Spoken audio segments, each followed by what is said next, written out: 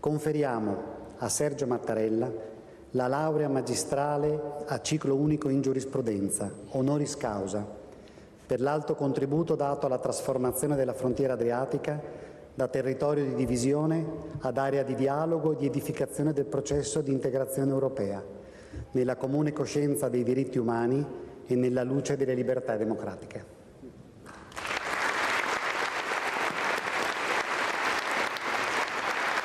Messaggi di pace, di condivisione, di amicizia e di fratellanza che hanno stretto l'Italia e la Slovenia assieme in un percorso comune, e su questo la volontà di replicare questo messaggio di pace anche ad altri territori oggi in guerra. Questi termini utilizzati oggi nel corso della cerimonia di conferimento per la laurea honoris causa al Presidente della Repubblica Sergio Mattarella e all'ex Presidente della Repubblica di Slovenia Borut Pahor. La cerimonia ha avuto luogo nella sede dell'Ateneo Triestino nell'anno del centenario dell'Università degli Studi di Trieste, che si è così distinta per essere cerniera fra Italia e Slovenia in un ulteriore evento volto a consolidare i rapporti di amicizia tra i due paesi. Ripudio dell'egoismo nazionalistico e anzi l'aver perseguito una politica di riconciliazione retta sulla creazione e sul consolidamento di spazi e simboli dedicati alla memoria collettiva sono alla base della motivazione del conferimento della laurea. Il mondo ha bisogno di pace, stabilità, progresso, e l'Unione Europea è chiamata a dare risposte concrete alle aspirazioni di quei popoli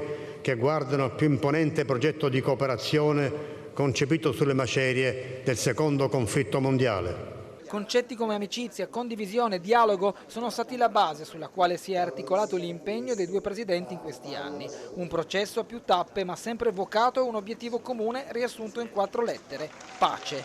Ci siamo aiutati a vicenda. Insieme abbiamo vinto.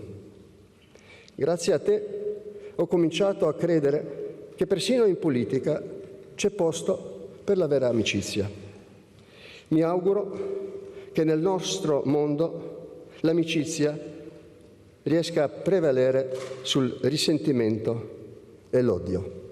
Grazie. L'importanza della ricerca come strumento di collaborazione e di cooperazione. Università che devono essere libere, questo è il messaggio ribadito dal magnifico rettore dell'Università di Trieste, Roberto Di Lenarda. L'università è ricerca, l'università è condivisione, l'università, come anche ho detto io, deve creare ponti, e per cui è sbagliato chiudere i rapporti anche con gli altri enti scientifici, anzi dobbiamo supportarli, perché spesso ci dimentichiamo che nelle società in cui la libertà non è così diffusa, i germi più vivi che tengono viva la speranza sono proprio l'università, per cui chiudersi vuol dire metterli in difficoltà, e non è questo l'obiettivo che abbiamo noi.